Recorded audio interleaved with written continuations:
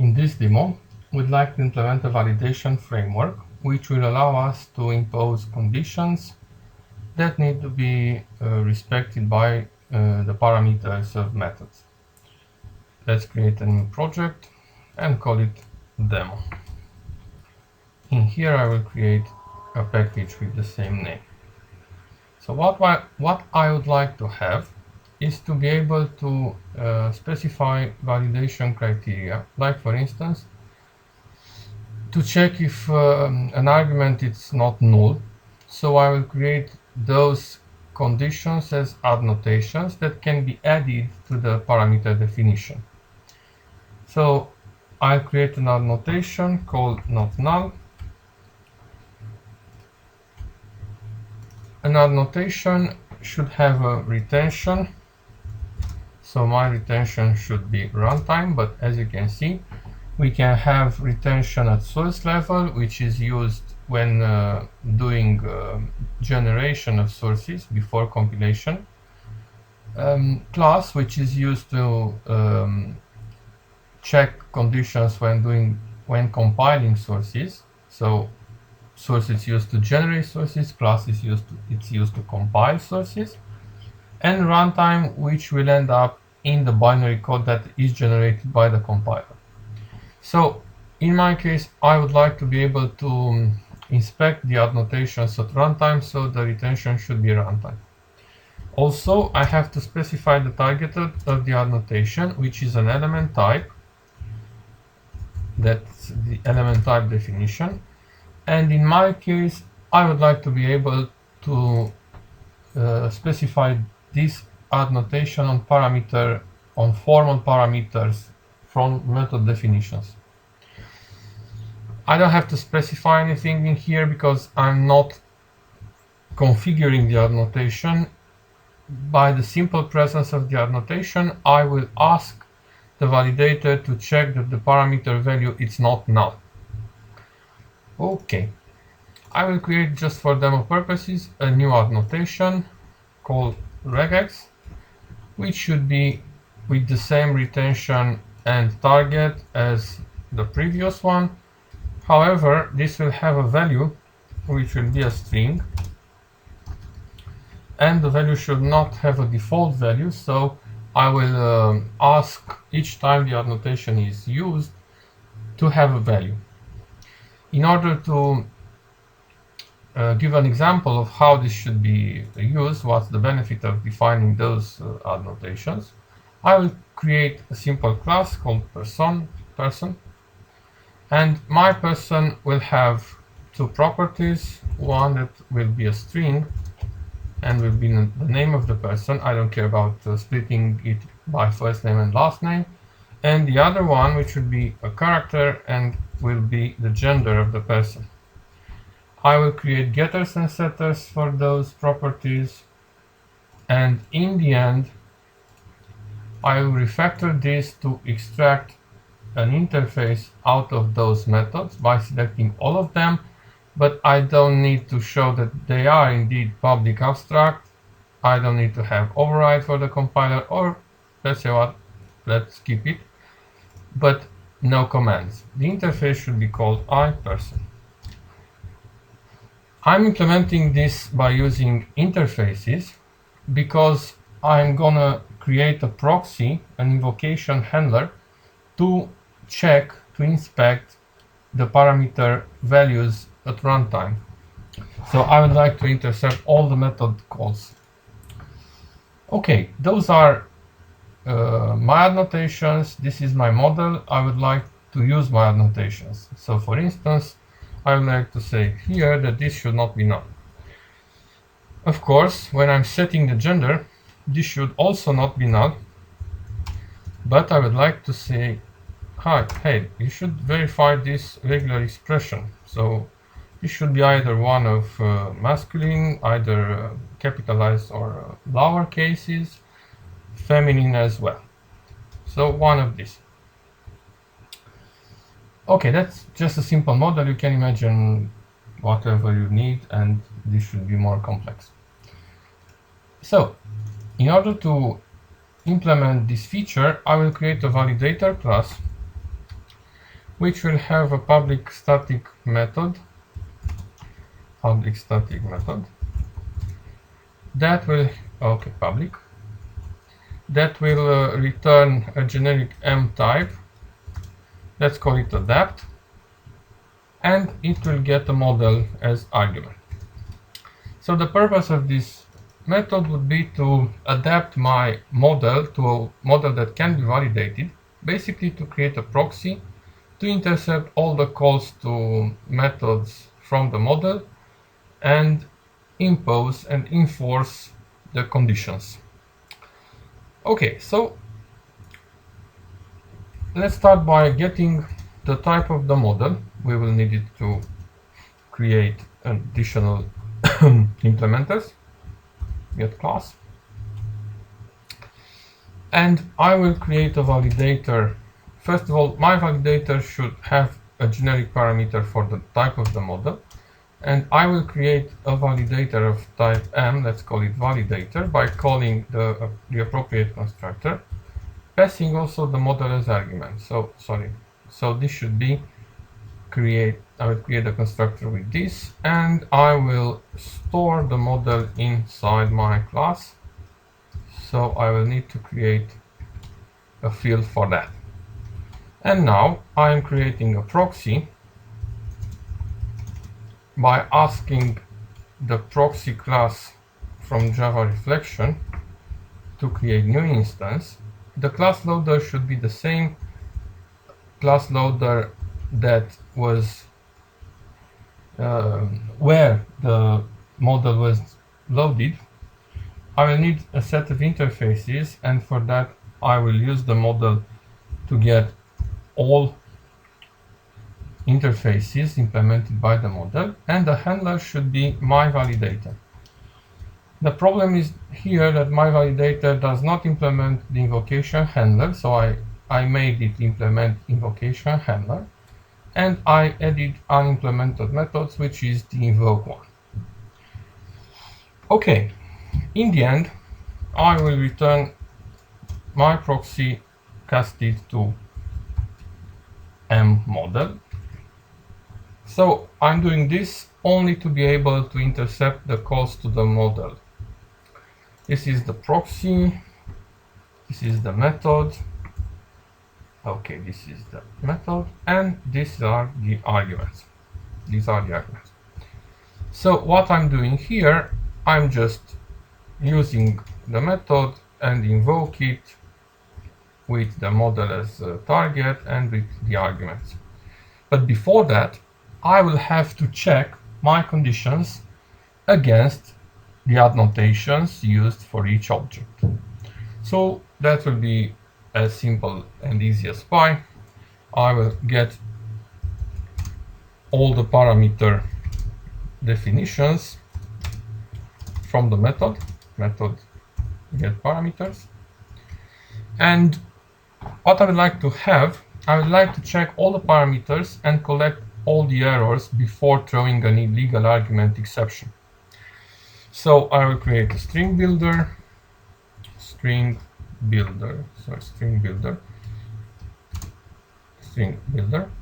let's call it builder. Okay, and in the end, if my builder contains some error text, the length is greater than 0, then I will throw a new illegal argument exception with the content of the builder. In between, the idea is to iterate through all the parameters and check the condition of a parameter. So I will just use an integer index to go through each parameter in the array, and I should have the same length for the arguments array. And here I just want to validate the parameters of index I with the value of arguments index I and the builder to collect the message. And now I'm gonna implement the validate method in here. Okay, so far everything's okay. What I'm gonna have here, the idea is that I can access all the methods, all the parameters of the method, and I can get all the annotations of the parameters. So I will iterate all the annotation that's present in the definition of the parameter. So I will go here, and with my parameter I will get all the annotations of my parameter. I can get annotation by type, but nonetheless I can iterate through all the annotations and check it against instance of. So what I have to do here, if my annotation is an instance of not null, okay, not null, then I only have to check if the value is null. Okay, I can dispatch this. The problem is that I'm not able to put the check method inside the definition of the annotation.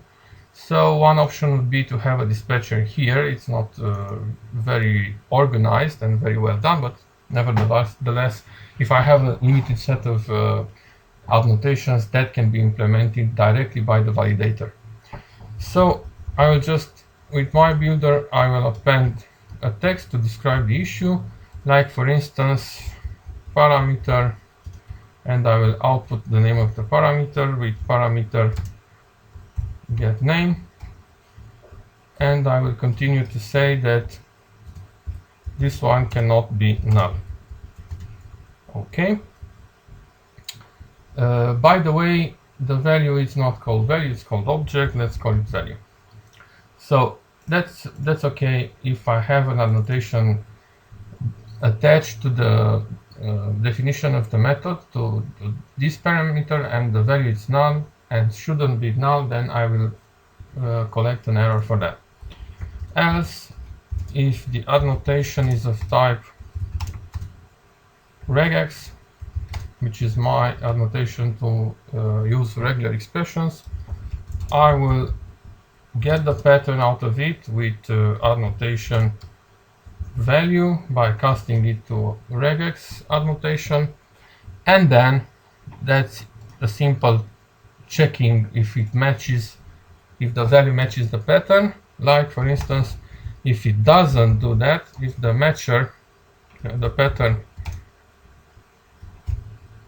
is not matching the regular expression from here, and I will use value to string, then I will just append an error to my builder.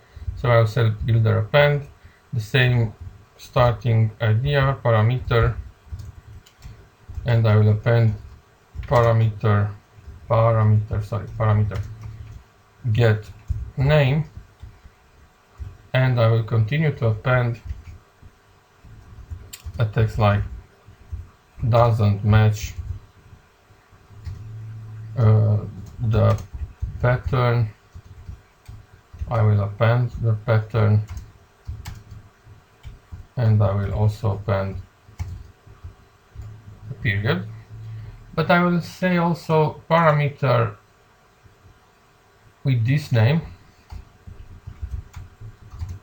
with value,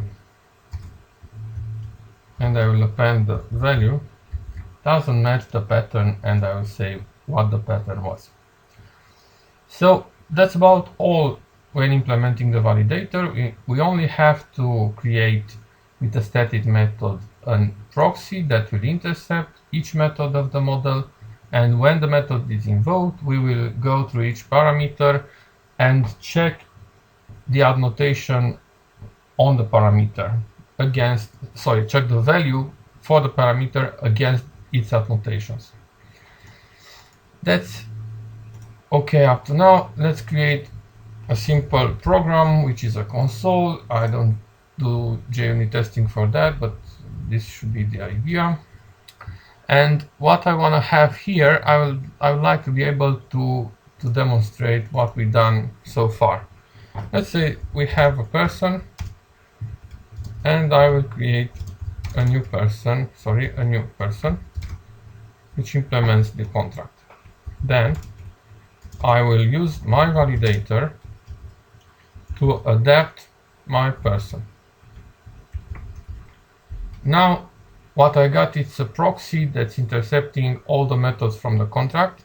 So now I'd like to say person set name, and I will say this should be none. I will surround this with try catch exception because I'd like to be able to show you the error of the exception by showing the localized message of the error. So let's try to see it again. I have a contract in which I say that the name should not be none. Now I'm instantiating a contract, an implementation of the contract, and I'm adapting it to be able to validate it. So now I try to set a value that's against the conditions. When I run this, I get an exception saying that my parameter cannot be none. But hey, what happened with the name of the parameter? It says arg0, but come on, it's not arg0. I know that I gave a name which is meaningful, like name. Until Java 8, we were unable to persist the name of the parameters inside the definition of the class. So when I compile the class, the name given to the parameter will be erased. However, we can change that if we go to the properties of the project, to the compiler, and in here I check to store information about parameter names that will be usable via reflection. And now when I'm recompiling with this option and rerun the program, I will be able to see that the parameter with name, this value for the name, cannot be none. That's another story. Okay? Let's try to see if it works when I set a demo name for that. Okay? I run it and everything's okay. Yeah. Now, if I try to set the gender to be something like M and run it, it's okay. But if I use a different value that's not in the regular expression I have, I will get an exception saying that the parameter gender with value G doesn't match the pattern and it's outputting the pattern that's set. So basically, what I was trying to show with this is that we are able to define a set of, let's say, conditions that should be met by the value of the parameters, and we can create a validator which is actually intercepting in, let's call it in a okay, I'm not very pleased with the way we are intercepting the methods, just doing a new proxy for that, but this is the basic way that you can do with reflection unless you use AOP, so post compilation and injection of interceptors in the binary code. But the idea is that I am able with this validator to adapt my model if it's using interfaces and create a proxy that will respond to the invocation of each method inside this contract. And with this validator, I can transparently enforce my checking conditions against the value of the parameters. So now I'm able to detect issues and do this in a declarative manner. So as you can see, all I have to do is attach my conditions to the parameters, and they will be automatically checked for me. I won't have to do it myself in here. So the code is quite clean here. I'm just using the value that was passed to me without having to manually check all the conditions. So that's about all.